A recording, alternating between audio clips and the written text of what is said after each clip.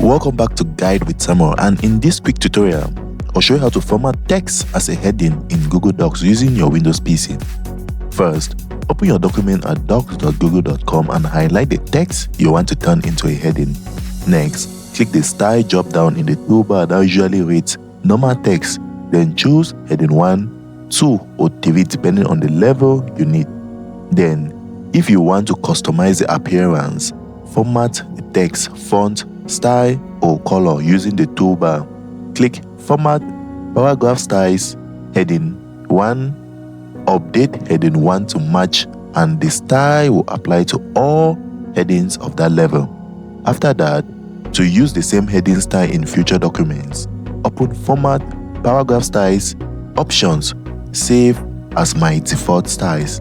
Finally, use headings to build the table of content, improve navigations, and keep your document organized. If you found this helpful, don't forget to like and subscribe to Guide with Samuel for more quick tutorials. Thanks for watching.